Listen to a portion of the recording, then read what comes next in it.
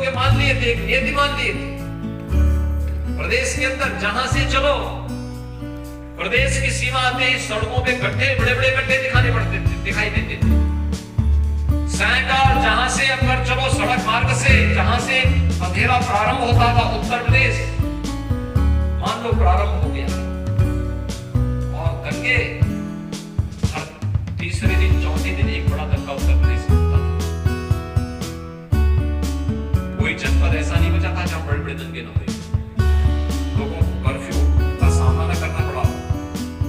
पर्व और त्योहार शांतिपूर्ण तरीके से नहीं मनाए जा सकते थे। बहन बेटियों की इज्जत सुरक्षित नहीं थी। शासन की योजनाओं पे सरकार के संरक्षण में डकैतियां डाली जा रही थी।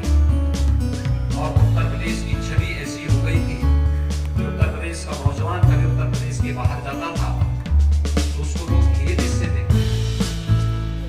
कुछ जनपद तो ऐसे हो गए थे कि वहां के नौजवान अगर कहीं उस जनपद का नाम ले लें तो होटल पे लोग, होटल वाले कमरा नहीं देते थे, धर्मशाला वाले वहां उसको ठहरने नहीं देते थे।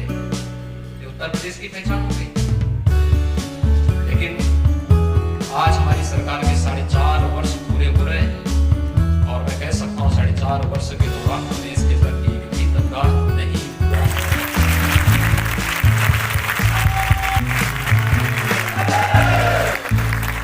इस सुरक्षा का ये वातावरण इस सरकार ने किसी को काम नहीं किया। इस सरकार की ड्यूटी थी, सरकार का जो कर्तव्य था सरकार ने वही किया है। और जिसके लिए आपने भारतीय जनता पार्टी को वोट दिया था, समर्थन दिया था, उसके प्रति कृतज्ञता ज्ञापित करते हुए सरकार की ओर से यह संदेश प्रदेश को दिया गया कि आपने समर्थन दिया, बदले में सुरक्षा का वातावरण देना हमारा कार्य है। ये 4.5 वर्ष हमारे पूरे हो रहे हैं आज। और मैं आपसे कह सकता हूं 4.5 वर्ष में 1.5 वर्ष तो कोरोना ने खाए, मात्र 3 वर्ष अभी मिले। और इन 3 वर्षों के दौरान प्रदेश के अंदर परिवर्तन हर एक स्तर पर देखने को मिला है। ये लखनऊ उत्तर में ही नहीं, लखनऊ में भी, लखनऊ तो प्रदेश की राजधानी है, आप सुदूर चित्रकूट में चले जाइए, ललितपुर में चले जाइए, सहारनपुर में चले जाइए, पश्चिमी उत्तर प्रदेश में चले जाइए,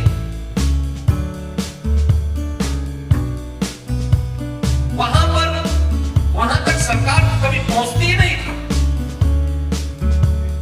कभी पहुंचती नहीं थी। कोई उन लोगों का हालचाल लेने वाला नहीं था। सरकार की योजनाओं को कौन बनाता था? सरकार में बैठे हुए अधिकारी और सरकार में बैठे हुए मंत्री नहीं बनाते थे। उन योजनाओं को बनाने के लिए सत्ता से घिरे हुए माफिया और सत्ता से घिरे हुए कॉन्ट्रैक्टर तय करते थे कि कौन योजना बननी है, कौन नहीं बननी है। मंत्री को पता ही नहीं। मुझे याद है समाजवादी पार्टी की सरकार थी और मैं गोरखपुर रेलवे स्टेशन पर बैठा हुआ था। तब तक उत्तर प्रदेश के कृषि उत्पादन आयुक्त का मतलब आप जानते होंगे, ये चीफ सेक्रेटरी के बाद का जो सबसे सीनियर अधिकारी होता है। कृषि उत्पादन आयुक्त पूर्वी उत्तर प्रदेश के विजिट पे आए थे। मैं सांसद था। पहले सरकार के मंत्री आए, उस समय की कृषि मंत्री आए,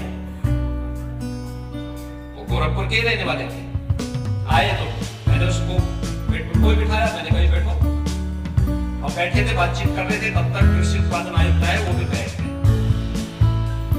उन्होंने मुझसे परिचय लिया, आपस में हमारा परिचय हुआ। परिचय होने के बाद मैंने उनसे कहा, मैंने कभी यहाँ पे गन्ने, कुशीनगर जिले में गन्ने की फसल पर कुछ बीमारी लगी थी, तो मैंने उनसे कहा, मैंने कभी यहाँ पे मैंने सुना है कि कुशीनगर में गन्ने की फसल में कुछ कीड़े लगे हुए हैं, आप लोग आए हैं, अच्छा होता आप लोग इसका भी एक बार समीक्षा कर लेते हैं।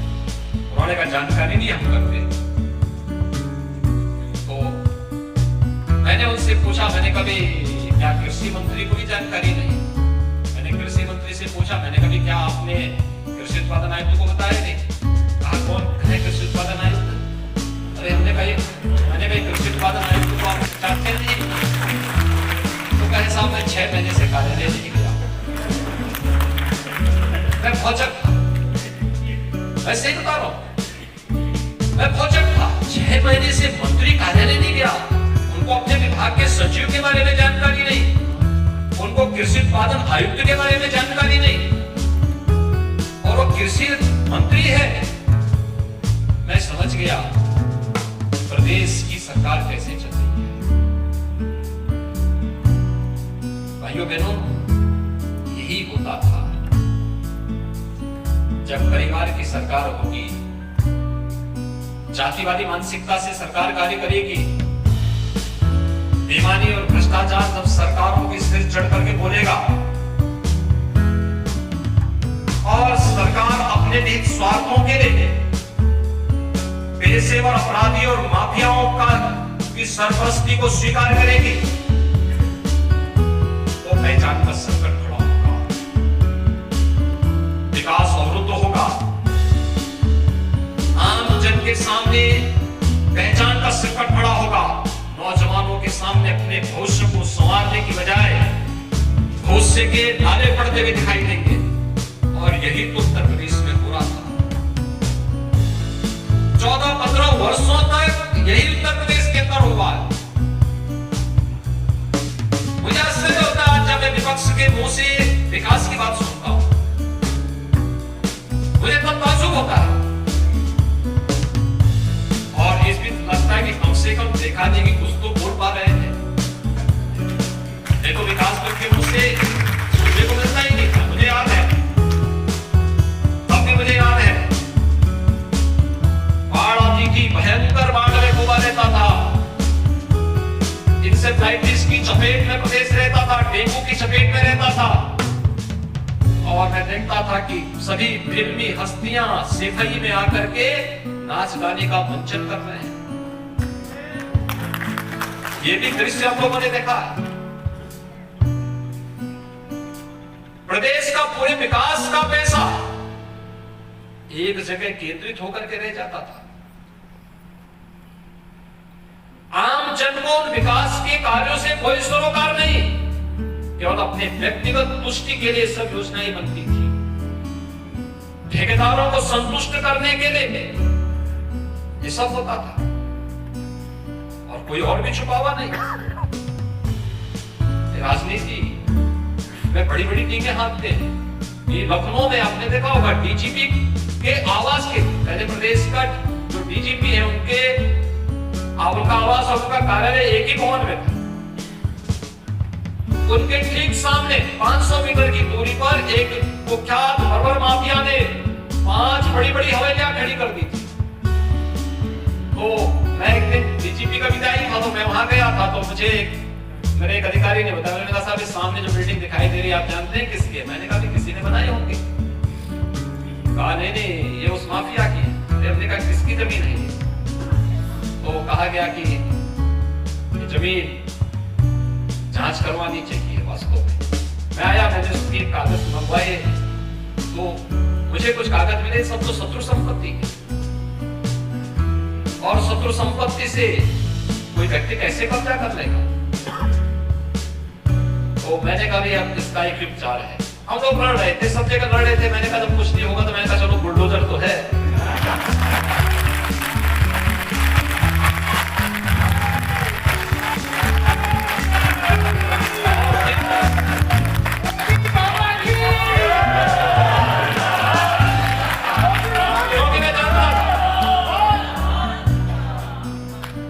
मैं जानता था इस बारे में कि बहुत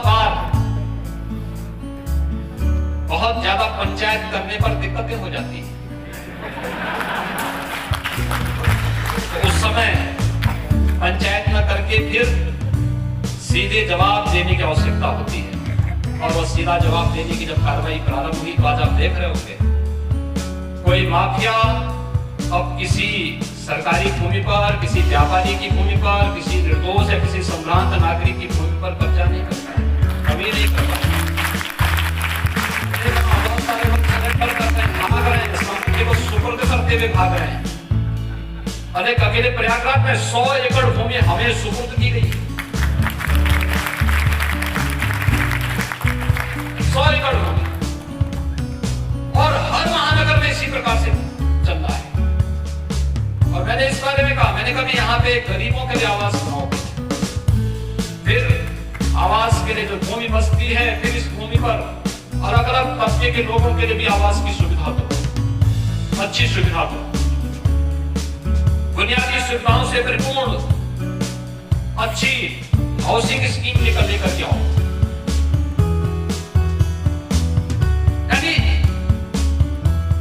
प्रदेश के अंदर किस प्रकार का वातावरण बनाया था। और मुझे बहुत अफसोस होता था, लोग मुझसे कहते थे, तब कोई राष्ट्राध्यक्ष से भेंट होती थी, कोई राजदूत मिलने के लिए आता था, किसी देश का एम्बेसडर आते थे, शिष्टाचार वश भी आते थे, उनके अपने आर्थिक हित भी जुड़े होते थे, व्यवसायिक हित भी जुड़े होते थे, वे आते थे, भेंट करते थे। महीने में 2, 3, 4 इस प्रकार के लोग आते हैं और हमें अपने राज्य के बारे में अपना प्रेजेंटेशन प्रस्तुत भी करना होता है, हमें अपने बारे में बताना होता है कि हम क्या स्थिति है, यूपी की स्थिति क्या है। मुझे बहुत संकोच होता है, लोग कहते थे कि यूपी के बारे में क्या स्थिति है, तो मुझे बोलना पड़ता है यूपी देश का सबसे बड़ा जो है जनसंख्या वाला राज्य है, लेकिन इकोनॉमी क्या है। बड़े संकोच से कहते थे कि छठी अर्थव्यवस्था है, हम 6ठे नंबर पर है। आज मैं कह सकता हूं, उत्तर प्रदेश ने जो छलांग लगाई है, आज उत्तर प्रदेश देश की नंबर 2 की अर्थव्यवस्था है। अगर प्रयास नहीं होते तो हम भी वहीं पड़े रहते जहां 6ठे नंबर पर थे। हो सकता उससे पीछे जाते। एक स्वस्थ प्रतिस्पर्धा देश के अंदर खड़ी की है प्रधानमंत्री जी ने। उत्तर प्रदेश आज मजबूती से उसमें आगे बढ़ता है। मिलेगी इस नौजवानों में 4.5 लाख नौजवानों को हमने सरकारी नौकरी दी। एक भी नौकरी पर कोई प्रश्न नहीं खड़ा कर सकता। पूरी पारदर्शी तरीके से, ईमानदारी पूर्वक हर एक नौजवान को जिस योग्यता और क्षमता का था उसको नौकरी वहां पर दी गई। और ये केवल एक जनपद का नहीं, आप प्रदेश के अंदर किसी भी जनपद में आप जाएंगे, वहां का नौजवान बड़ी भारी संख्या में नौजवानों को सरकारी नौकरी मिली है।